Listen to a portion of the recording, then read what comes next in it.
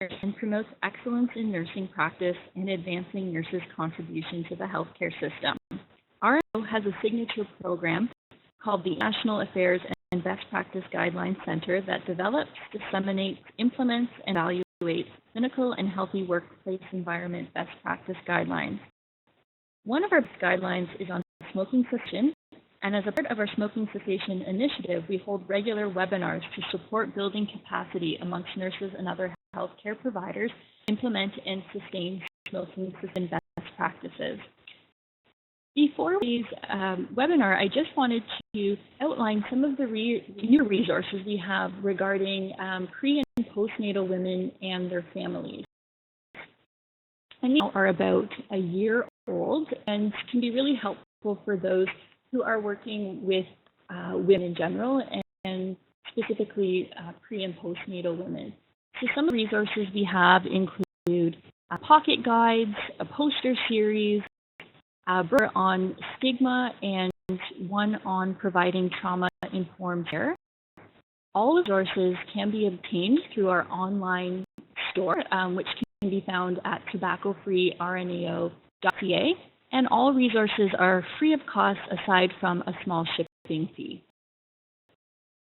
Also, attention to our newest resource, which will be online hopefully by next week, at least early November, which is our new smoking cessation e-learn module, which is on the topic of aiding pre- and postnatal women and their families who are tobacco or nicotine dependent, and the role of nurses and other healthcare providers in smoking cessation interventions.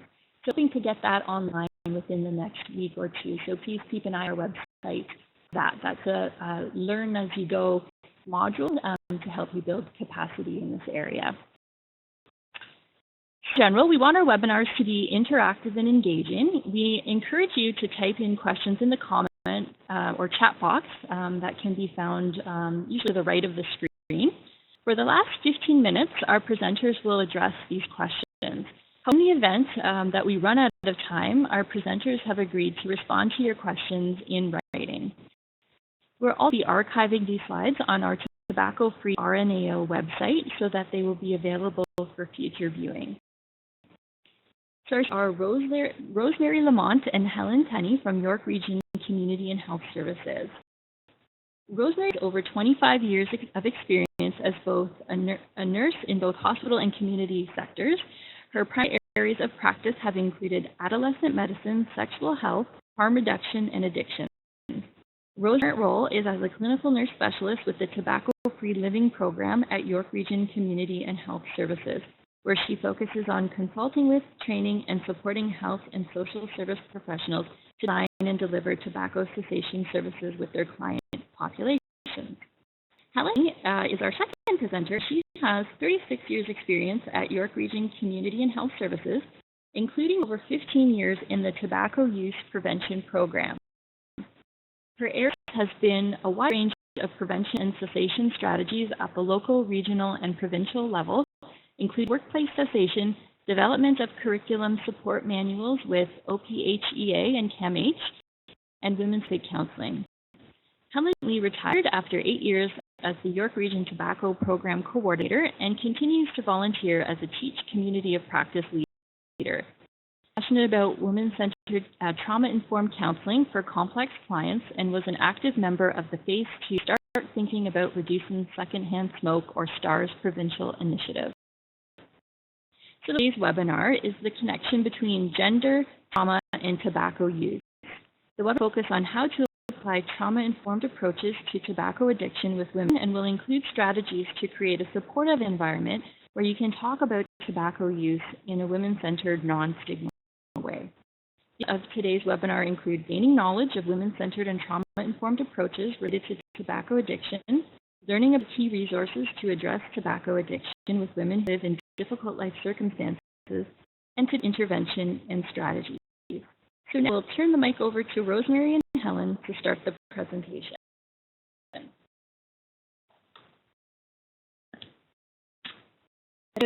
Rosemary and I would like to thank RNAO for the opportunity to share with you the links between trauma and tobacco use. The work is based on emerging and evidence-based practices for engaging and developing supports for women who smoke, experience depression and or trauma, and difficult life circumstances.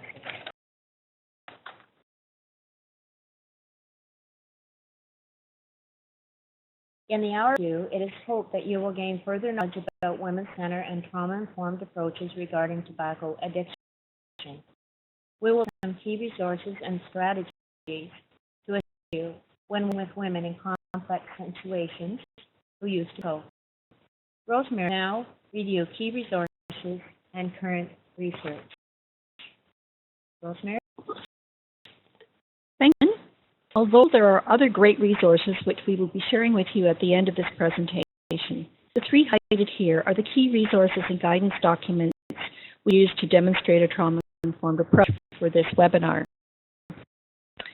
Developed by the British Columbia Centre of Excellence for Women's Health and in trauma-informed practice, motivational interviewing, and practical ideas, strategies, and examples of what to say, as well as tools and resources to start a conversation with women about their smoking and the possibility of quitting.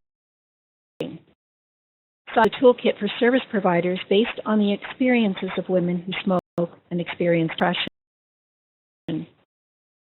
Reflects the belief that effective approach to support a woman's journey to smoking cessation is for service providers to be the companions in the process. SUD is a resource from the Action on Women's Addictions Research and Education, or AWARE. And I visit both of those websites for more information. And as Jennifer outlined at the beginning of the presentation, the RAO has recently released trauma-informed resources for service providers working with pregnant and postpartum women who smoke. And it's a great complementary resources for clients as well. I just wanted to read you a woman's voice. I think of traumatic events in my life, ask myself if the cigarette helps. And it isn't always, but it gets me out of bed, and depression that's needed. This is from a collection of interviews with women who smoke and experience depression to inform the development of the side-by-side toolkit. Think about how you might respond to this statement. Consider the function tobacco plays in the woman's life as we explore the links between trauma, gender, and tobacco use. So it's linked to many factors, including substance use, mental health challenges, and gender-based violence for a variety of reasons, and often the journey from smoking to quitting is complex as well. Therefore, a holistic approach that takes into the consideration these many factors and life experiences is key. So, informed care. What's trauma is an experience that creates fear, helplessness, or horror and overwhelms the person's responses for coping. Trauma care is based on understanding and responsiveness to the impact of trauma without specific treatment for trauma. Key to trauma-informed care is creating opportunities for the woman to rebuild a sense of control and empowerment.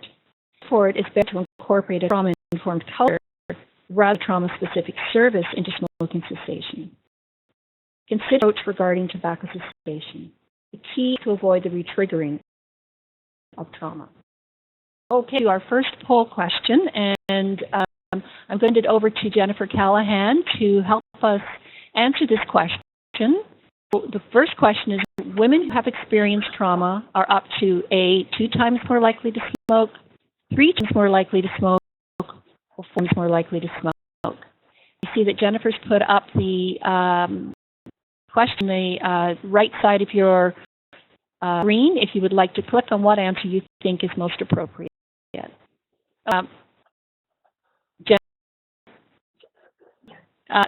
Not the first poll question.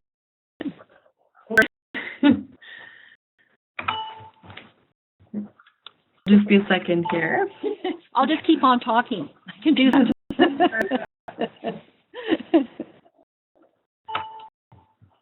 And Jennifer, we can just get people to think about it. Yeah, I have to close the other one. Okay. Here we go. Oh, okay. Now, one can vote. They can click on A, B, or C, whichever one you think is the most correct.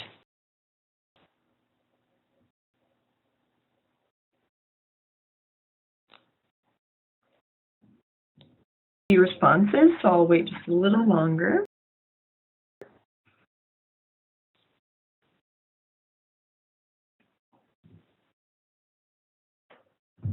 the poll shortly. Okay.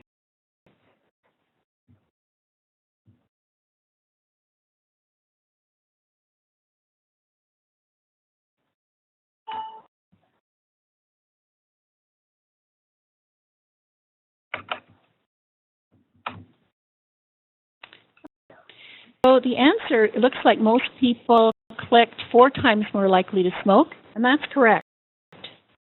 Smoking is often linked to trauma, depression, mental health issues, and exploring the meaning of tobacco in a woman's life may inform complex life situations, like violence and mental health issues. So when a woman smokes, and she smokes heavily, that may be a red flag for some other things that are going on. And women smoking. Trauma are predictors of smoking. Women experience trauma and violence are more likely to smoke and smoke heavily, and attach meanings to smoking, and therefore quitting can be difficult.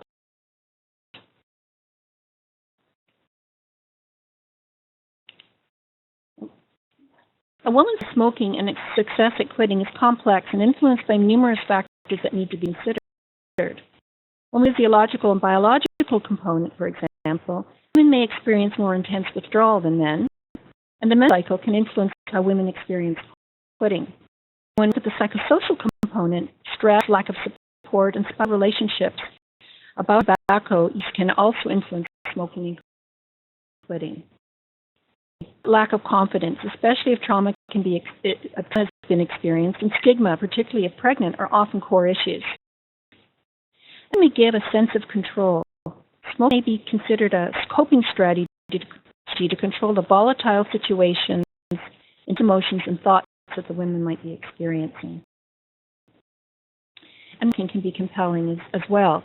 For example, how does smoking fit into a woman's life to manage her relationships? Try that poll number 2 now. We want to look at some of the links between smoking and depression.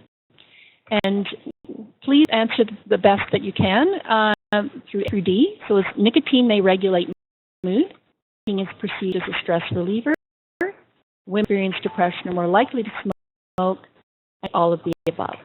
Please check your answers when Jennifer gets the question up on the screen for you. Certain problems with the poll. I think we're going to have to do this one just by audio. Oh, that's fine. That's fine.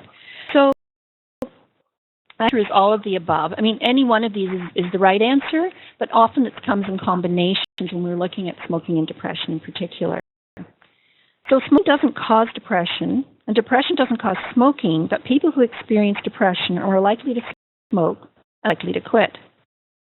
Services must be sensitive to the function or role that smoking plays in the life of women, and it can make it very difficult to think about quitting. It is especially true for women who experience depression. Some of the foundational values around trauma-informed care, and these ones are from the RNAO. So, priority is to emphasize safety. Trauma survivors often feel unsafe, and they may still actually be in danger of further trauma. Special attention should be given to establishing and maintaining a safe environment. Where and how you start the conversation about tobacco are key. The next, to build trustworthiness, and that's part of trauma-informed care, because interpersonal trauma often involves boundary violations and abuse of power. The value is to maximize the woman's choice and control, and on small choices where the woman controls the timing and pace. Control away in traumatic situations, so it's important to emphasize choices for clients. So key. Recognizes the experts about their own lives and in setting their own goals. The service provider's role here is to collaborate with the woman to ensure sharing of power, respect the woman's experiences, recognize her right to choose, for example, her cessation options, and support her active involvement in planning and formulating a plan of action. Recognize that smoking is a response to personal challenges and stressors such as social, financial, and legal issues.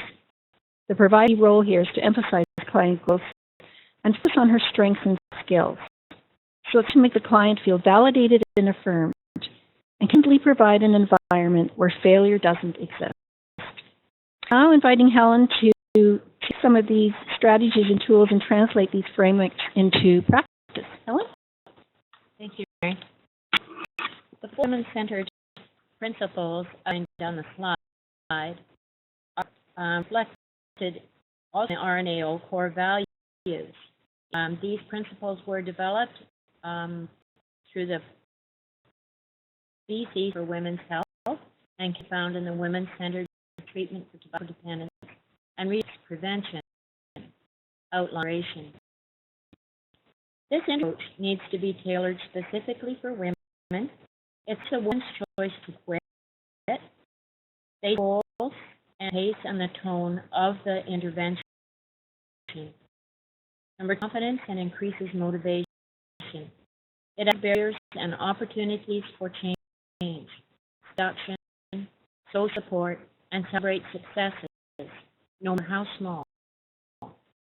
It ends justice issues, acknowledge priorities, such as housing, food security, and giving roles, and many others, and how challenges may be reflected in their smoking behavior.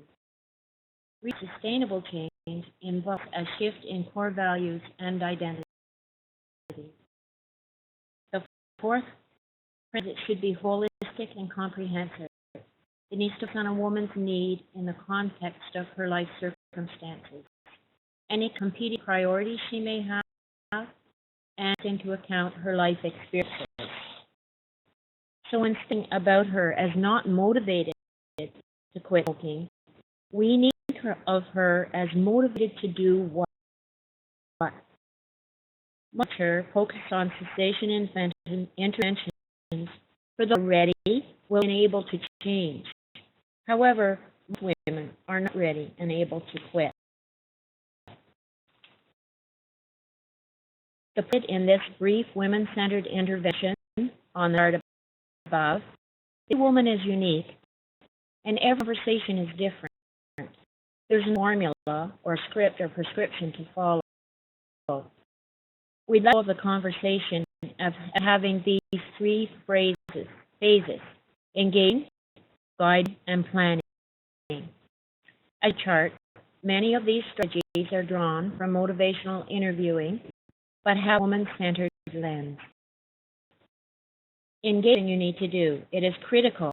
The key to convey that you will support the changes she would like to make and what she should do. Try to find areas that are most important to her and listen to her to get understanding of her relationship with tobacco. Next step, profiling is essential to build confidence and belief in themselves to be able to achieve their goals. We need to be safe to work through ambivalence, free shame, out the woman's own change talk. Actual interviewing is for a woman to hear their own voice and talk themselves into change. As Mary said in the course I took for motivational interviewing, they find what they believe by hearing themselves speak. An identity is common and transform their abilities to include less smoking. Planning is the phase that requires a balance. You need to move her at her pace and move forward to the next step. Each plan needs to be individualized and focus on a woman's specific needs and in the context of her life. I take the time to review the Liberation resource. It outlines in detail sample scripts for one of these phases, strategies you can integrate easily in your own style and context of the work you're already doing. So let's review an example of what this could look like. If I stay in bed all day, but if I smoke, then I get up, have a coffee on the balcony, and peaceful. Key phases. One statement you could use could, I'm not to tell you what to change or change. I'm to find out how I can be helpful and support in the decisions you make. Honors the RNAO principles of trauma-informed care by acknowledging they are empowered to make their own decisions. They control of what will be discussed, and that you are here to help with whatever they wish to address in a safe, trusting, collaborative environment. For many reasons. So to tell them to quit further traumatizes them. Distance and negativity and your collaborative relationship. The coaching is that back or accepts a referral or continues to explore the role tobacco plays in her life. So after, what about the connection between depression and smoking? Information with you. Ask permission, provision, and feedback. Non-stigma language is important. Our mission creates a safer environment, keep control of the discussion, and acknowledge the role smoking plays in coping. I think that smoking plays an important role in how you are coping. Tell me how and where smoking fits in your life. The goal of the ability to encourage dialogue about the possibility of change with mandating that change. It is whether quitting smoking is important. Most have thought about quitting or tried to quit. It's more confidence and belief in their own self-efficacy to do it. Another script you could use, for example, is nicotine temporarily or withdrawal occurs, increasing feelings of stress and depression. Like a roller coaster. So often, many times to quit. How does it fit with you? Or yes, what do you make of that? Planning. Impact matters. It demonstrates that she's been heard, acknowledges her strengths, celebrates small steps. So after, let me have heard so far. Competing priorities in your life right now and helps you take a break from the chaos. Or you could ask her, what to take care of yourself and your family. Depending on her response, another response from you could be, if you to make a change, how do you imagine you would like to start? The goal, as in motivational interviewing, is to connect. Do that of the woman's willingness to change. Just my commitment for next steps. Explore experiences with quitting. Explore options and off choices. And remember relapse prevention in the plan. A good statement could be, no matter what, please back. One thing in the plan, and we can figure it out together. As commonly reported, as I mentioned previously, as women transform from smokers to non-smokers, their relationships with others change as how they spend their leisure time. Men rise as dissonance increases, their self changes, core values, and how they prefer to see themselves. So I'd like to take a moment to share with you some women's voices. The personality and skills of the facilitator is an important consideration to attract a woman's involvement, as reflected in the women's voices from side by side. To us, not down to us. Some belittles me because I smoke doesn't help. I scheme already. Another, it was fascinating to be able to talk about smoking without feeling judged. I feel supported and start to see the connections between my smoking and depression. am I being truly sensitive and non-judgmental about smoking? Able to encourage all her efforts, no how small or insignificant they might seem to be, and with her in a compassionate way, even if unable to consider smoking. You have the skills and, more importantly, the opportunity to support women in their journey, finding their first steps towards liberating themselves from smoking. A final for this back to Rosemary is from Andy Reynolds, who developed side-by-side toolkit to build a relationship.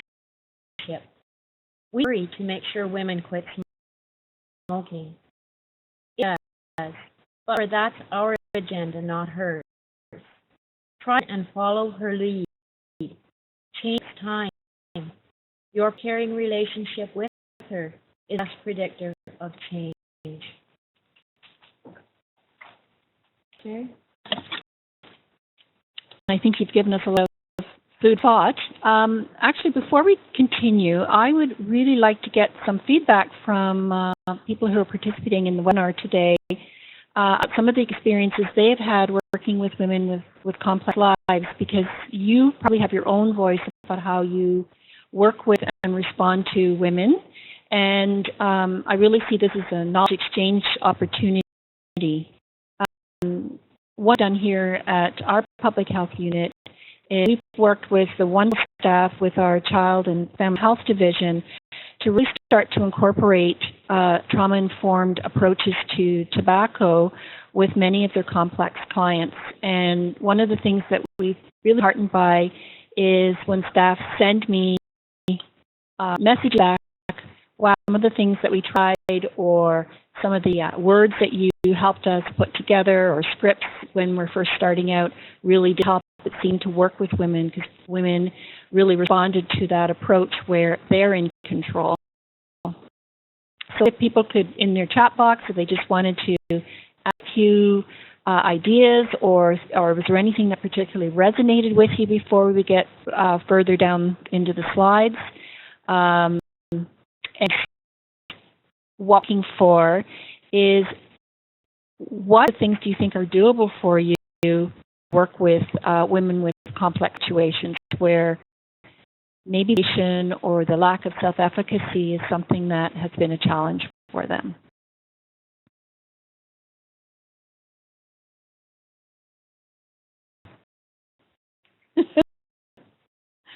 So I'd just like to add with Rosemary, we work with the Child and Family Health Division, and I encourage you to not give up. It took us a while to get to the point where we're able to train the whole staff. We started with thinking about using secondhand smoke. It's from where, and they embraced that message and worked with the Canadian Prenatal Nutrition Program to bring that into play. And I was really taken aback by how welcoming they'd us and how they embraced this approach, and it resonated with them. And most of them had the solution-focused communication training, so it was easier for them to understand it. I worked specifically with individual teams to help bring this into focus.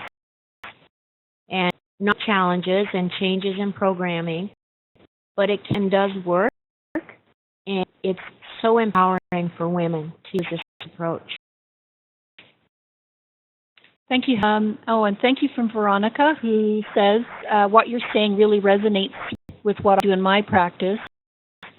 Quitting so often isn't about cigarettes or nicotine. In relationship with patients, you're a lot more likely to be able to help them achieve smoking cessation, assuming that's their goal.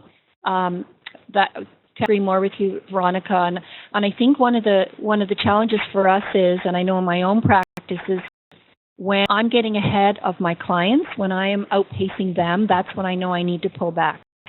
Because we want them to be able to do the healthy thing, and but that has to be theirs. And I found sometimes earlier in my career, I really was outpacing client, and then you lose that relationship and quit their goal. And that's the thing that I found dealing with pregnant men, quitting goal, and that's what you have to work with. And although you would like them to quit, that may not be on the horizon for them. And when I started to look at trauma-informed approaches, and I have to thank Helen for this, is it really made me understand why quitting wasn't part of her goals. When you have so many complex things, when women use tobacco to repress those very intense emotions, when tobacco is a currency in a relationship with her partner. And some of the things that I've just put up some professional resources, and one of the ones I would suggest you look at around relationships is a lot of resources from the BC Centre of Excellence for Women's Health. And in one, there's a booklet that we have just started to distribute to some of our clients called TRIPS. And it really helps them sort of analyze what tobacco means in the relationship and how men, women, and other partners in their lives see tobacco use in the woman, particularly if she's pregnant. And there are control issues regarding that as well. So I need to look at the resources there. The other thing that really resonated with me when I started to get into trauma-informed work, that which I was using, and when I've been working with other health professionals, one of the first things we try to do is, it's not to from a medical model, for instance, and so we've developed several types of scripts that staff can use to get used to using a different type of language. So that has been really helpful for me. I still have what I call my cheat sheets when I'm going to be speaking with a woman regarding tobacco. And the liberation and the side-by-side has many more scripts and many more pieces of dialogue that you can look at to help you formulate your own voice about what you would like to say. The chat, just making sure. Yes, someone, I think it's important to remember that it's about their choice, not ours. Yeah, absolutely. And sometimes we get caught up in the whole trying to do the right thing, and that's certainly where I was coming from for many years. And I think the trauma-informed approaches that are outlined by Liberation Side by Side and have been key documents for us as we put together a much broader and richer engagement with our clients, and with the health professionals we help to do the work with the client.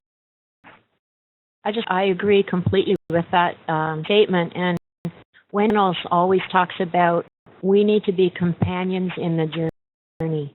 And think of yourself as in that term instead of trying to rescue them or solve their problem. It changes the whole focus and empowers the women so dramatically. There are resources out there that have sample scripts to get started. One of the ones I also like is from Center for Excellence for Women's Health, called Helping Women Quit.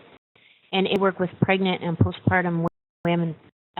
It really lines many samples, and as well as expecting to quit. Good resource too. I'll hand it back to Rosemary. Okay, we've outlined some of the other professional resources that are go-to resources. I'd also be interested to know from if you've other resources, anything that you've created in-house that you might be willing to share. One of the things that we're trying to do is build some sustainability to this endeavor and this approach, and we keep coming up with new and interesting challenges. One of the resources we've just developed for women with complex needs is a third-hand smoke resource that we worked on with our teams in our Child and Family Health Division. For want to reduce the exposure to second and third-hand smoke, but what's a woman who does not have the opportunity or ability to smoke outside? She lives in an apartment with no balcony. She has small children. So we really wanted to make sure that our second and third-hand smoke resource did traumatize her by telling her that secondhand smoke and thirdhand smoke, it was something she needed to address completely in terms of creating a smoke-free environment when it isn't her reality. The resource we created was a much more harm reduction of folk. What are the small steps you can do right now? Let's build on those rather than expecting a complete ban on smoking in the home. That's the best for everyone involved in the home, may not be a reality. And you add in the whole mix around gender violence, engage a partner who is experiencing violence from to ask that person to smoke outside. So there are many layers to this, so we need to look at some of our messaging as well. I'd be interested to know if other people have more production-like messages that they're creating, because I can see that as just one example challenges we've had going forward with sort of that tobacco control piece. The other two, while you're thinking on that, and I'm really looking forward to your comments. I just want to grab why I see it. Us to judge and tell them to quit. They are often surprised when we acknowledge their small steps and appreciate how difficult this is for them. This is build a relationship with them. That is excellent. In fact, I've had that experience myself, where people have come to me and first thing I ask is, smoking, what do you like about smoking? How does it fit in your life? And give me all the positives around tobacco. And that really is a different tone than if you ask about all the things that they're concerned about. And I think those small steps are huge. So one keys to trauma-informed care is focus strengths and abilities and skills. So as I provided a little bit earlier is, what are some steps that you've already taken to create a healthier environment for your family and your children? Let's start. So if for instance, she says, well, I only smoke when the children are at school, that needs to be acknowledged and validated as a very positive step. And that avoids that re-trauma if we went to, yes, but smoking in the home is really not the best thing. Let's think about ways you can eliminate it completely. So I think those small steps are huge. And I think relationship and rapport, especially women expecting you to re-stigmatize them. They've already internalized that stigma. Am I a bad parent because I smoke? To that, when making links with tobacco, you need to be careful. So if she chooses to start with a topic other than tobacco, remember the goal is to engage with her and gain an understanding of what's most important for her this time. So making in other areas of her life may also translate into increased confidence, to improve health overall, and a very positive step for her. There are also opportunities to make links current priorities in tobacco use, plant seed. However, timing and pace are important here. Don't focus on a conversation to a shift towards tobacco usage if she's not ready. She may feel and stigmatized if you do that. So I'm very happy to hear you say that strategy is working. We only have a few minutes to do a conversation, but keep it as her agenda, not your agenda. About experience from the question section, I'm just going to read it now. A 17-year-old quit during pregnancy but started again postpartum. Home for young parents as her parents come from a traditional Middle Eastern family. And the relationship with her isn't based on her smoking again, it's a journey that they have to take. She's a young mother facing difficult situations.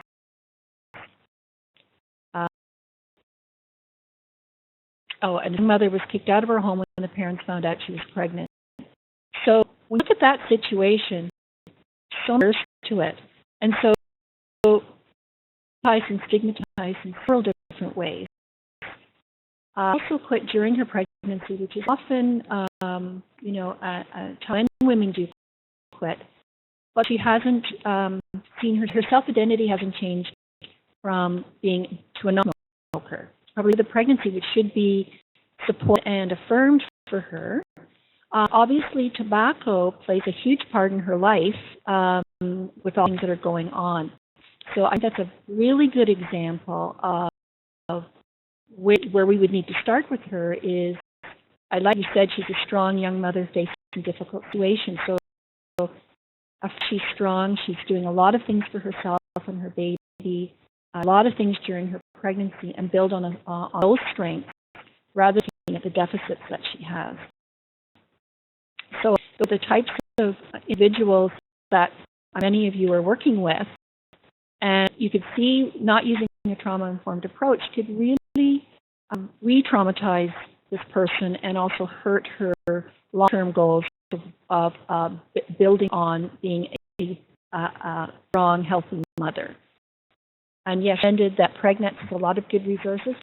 Actually, Pregnex is one of the ones that we do recommend, and I know our work with Pregnex to develop the resources that I have up here for the resources for clients from Pregnex and the RNAO. We use their resources all the time because we like the messaging that comes with them. And RNAO have the clients' resources. I think, Jennifer, can you order them from both Pregnex and RNAO? I think, right. So the other thing that was really interesting for me is I don't know if people are aware about the new blogging for Pregnex, where young women, well, not young women, but women who are pregnant and postpartum can engage each other. And I think that's another powerful way that we can help women when they can see themselves in someone else, that they're not alone, that people are working in ways to quit smoking. So blogging, I think, is a very interesting tool that I would like to explore more myself. And I invite people to check out that Pregnex part of the site. I think it will be very interesting to see what comes of it. I don't know if they're evaluating it as well, because there are different challenges in how to engage different groups of women, like when it's 17 versus an older woman as well. Resource for clients, I just wanted to bring to your attention what the FACET one, which is for fathers and mothers, and it stands for Families Controlling and Eliminating Tobacco. What I like about it is it's actually the resources were created for and by fathers and mothers. So I think that's the other piece about empowerment, is making sure their voices are there in any of our health resources that we're using. The Dads Talk About Quitting book, and it really is a lovely booklet about a new father's motivation around quitting and how to help his partner quit well. So we resource quite often. There's a web-based section called Dads in Gear, which I really like as well, and it's all about health promotion for dads. That could be everything from quitting smoking to physical exercise, and I think it's a very innovative way to get the message out for men. There will be vignettes on YouTube as well as some TV resources, and I invite you to visit that site as well. You may be familiar with is out of BC as well. They now have a new quit line for men, because I think partners may be forgotten sometimes when we're working with pregnant and postpartum women in particular. And I think if you look at it, it is very again for and by men with a male focus, because Helen had mentioned before, women smoke and quit for different reasons often. Challenges around the quitting strategies. The other one, last but not least, of course, is Smokers Helpline, and I'm sure many of you are aware that they offer specific supports for pregnant and postpartum women using a harm reduction approach as well. So for us who don't have an opportunity to see clients over and over again, one of the things is to encourage them, if they've had a good experience with you as a health practitioner, they may be more likely to go on to some referral source that you're suggesting they connect with. And so that initial with you can be key to women going further down that journey of exploring quitting options. Other resources or sites that they would recommend?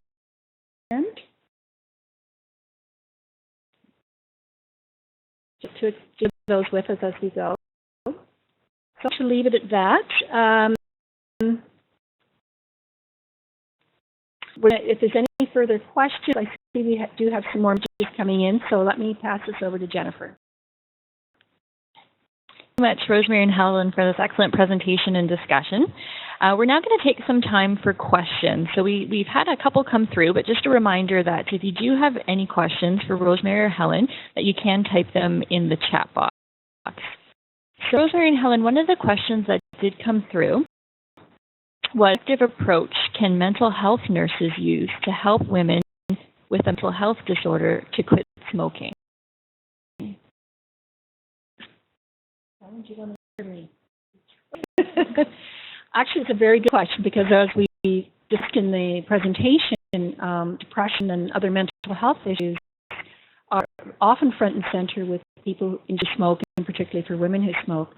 And I think one of the things I learned over the years, I was a mental health nurse for a number of years, and I quite often with health practitioners I work with in the community, that it was just really enabled smoking for many years. I think that's changing, but smoking has always been siloed and separated from all the other mental health and addiction challenges. And what I've noticed is that really helping with the links between their mental health issues and smoking. How does it fit with them? There may be a lot of myths out there because of systemic and organizational normalizing of tobacco use. So we're helping them make the links between what does smoking do for them for their mental health, but also able to do that with, may I share some information around that we know that quitting, for instance, actually helps to improve our mental health. And that stress we feel when we don't have a cigarette is often withdrawal symptoms. So helping them look at or what are some of the stereotypes that they may have ingrained around health and tobacco. I also think it's good to talk to them about the advantages that are doable come with some of the drugs that they're taking. They can decrease some of the side effects if they're able to cut down. A harm reduction approach is really good with this group. Small steps, focus on things they want to change. It really tends to work. It can address the not as their the cancer risks and things like that, but address the things that they could really work on now. Like they could, they'll be able to walk better. They'll be able to, in maybe decrease the symptoms from their medications, because sometimes the tobacco affects it depending on what medication they're on. So the actual that they can see on a day. And the reduction approach does help and work for them. Encourage them to do things that, again, like we talked about with the trauma-informed, what are some of the things that they would like to change in their life, and start there.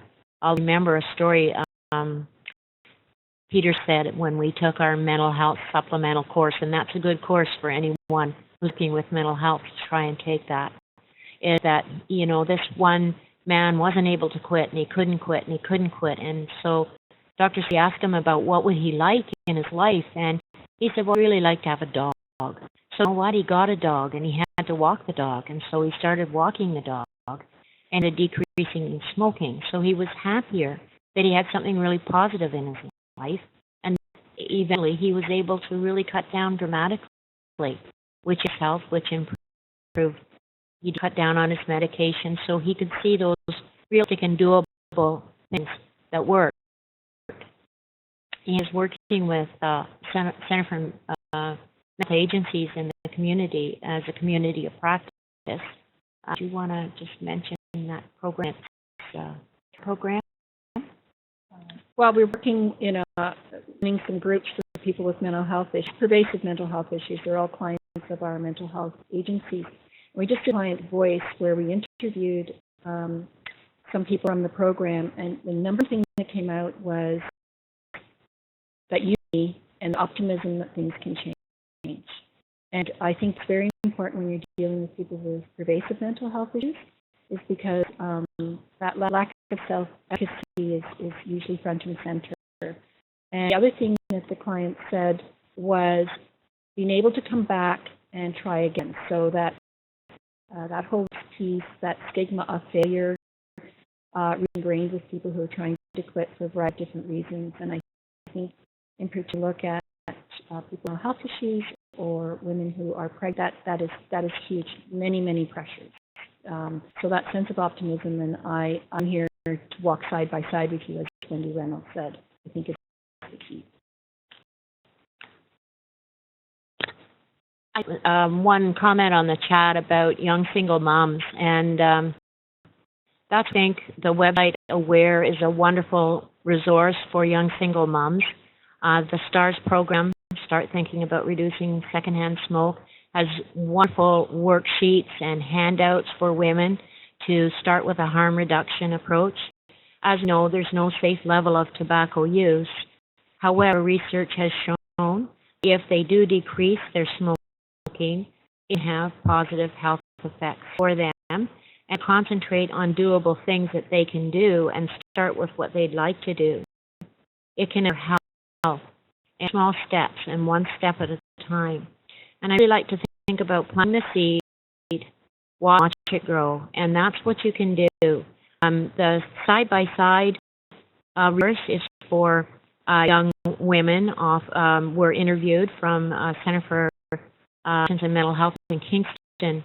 And the resource also provides great supports for women who suffer from depression. And it's currently on the website, and you can view it on the website, and it will soon be open for anyone to copy. Wendy's planning to remove the copyright on that. So please go and have a look at those resources. If you run groups, if you're running like postpartum depression groups or group, the site outlines in details group cessation sessions and what you say, how you introduce it. It's a great resource, as is the side-by-side, good for many other mental health issues as well. So I'm going to hand it back over to Jennifer. Great, thanks that have come through. So one being, can you comment on research that differentiates success rates, especially in the postpartum period, when moms tend to quit for the duration of their versus intending to quit for life? What I can comment on is there's lots of research to show that women who quit for the pregnancy and not for themselves, the relapse rates are very high in that first year postpartum. And I think that comes back to what Helen was mentioning before around, do I see myself as a smoker who is postponing smoking again for the duration of my pregnancy, or see this is something I want to change for myself? And that's why I love the RNO, trauma-informed resources for women, and the time because I matter. And I think that's the difference between women that quit for a pregnancy and go back to smoking, either as that's the reward, because smoking has many benefits and rewards for people, rather than I'm quitting for myself, not because society expects me to, and internalize that kind of demand on me as a pregnant woman. So I do know that if we can get women to think about the benefits for themselves and what they want to do and what they have choice and control over, that's going to have much better benefits in terms of long-term quitting than quitting for a pregnancy. So I'm not that answers the question, but certainly an informed approach would take something different than someone quitting just to have a healthy pregnancy. And I encourage you to check the REO resources, because they have really great key messages for women on that. Thanks, Rose. I'd just like to add, too, in the Expecting to Quit, they have some great information on interventions for relapse prevention and postpartum smokers. And something to keep in mind, as Rosemary said, is the harm reduction benefits. In the research, they found that even if they can decrease their smoking by 50%, which is like, for example, less than 8 cigarettes a day, it has health effects on the unborn child. It can increase their birth weight and have a healthier baby. So of debate on people worrying about the nicotine replacement therapy, but it is a consideration in women after their first trimester. And it's not giving the baby all the harmful chemicals. So if you want some more information on that sort of thing, I suggest you click on the link that we've provided for Expecting to Quit and look on that. You can find that information on page 41 and all kinds of good tips. So. Another question that's come through, one of the concerns my patient has that if she quits smoking, they will feed the habit by substituting tobacco for food, and therefore she will gain weight. Well, of course, a part of that is the hand-to-mouth action of always using the cigarette, and certainly metabolism does change somewhat, but address it. We always recommend some tips, such as, looking for healthier choices, like vegetables, raw vegetables. If they're on a low income, sometimes that's a bigger challenge. So strategies to address the triggers. Keep your hands busy, do other things, take a hobby, get a buddy. That always helps to have a buddy when you're trying to quit, and sort of try and concentrate on simple things like going for a walk, joint support. All of those things can help with weight gain, and of course lots of water. We talk on being careful about how much caffeine intake you take. All those little tips that you can find. Health Canada website has some good ones. A G to Quit from the Lung Association is a resource that I see recommended in the chat box. Just off the top of my head, just thinking about how can she change her daily routine. Okay.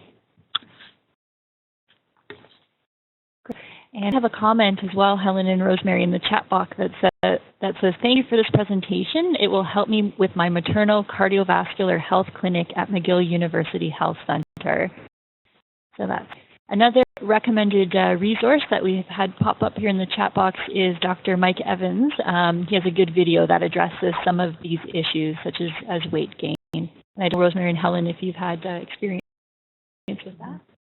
Dr. Mike Evans is not only a great doctor, but he also does great cartoons, and it's actually a friendly way for people to get their key health messages around tobacco and other things, and that can be found on YouTube. Thank you. I'd forgotten about that particular resource. Our time is just about up, so I'd like to take this opportunity to thank everyone for participating in today's webinar. All webinar participants will receive an email from the RNAO within the next 24 hours, and it links you to a short evaluation survey for this webinar. Once you have completed this survey, you will be able to print a certificate of completion. We hope you will join us for our upcoming webinars, so please check our tobacco-free RNAO website on an ongoing basis for the list of upcoming webinars and events.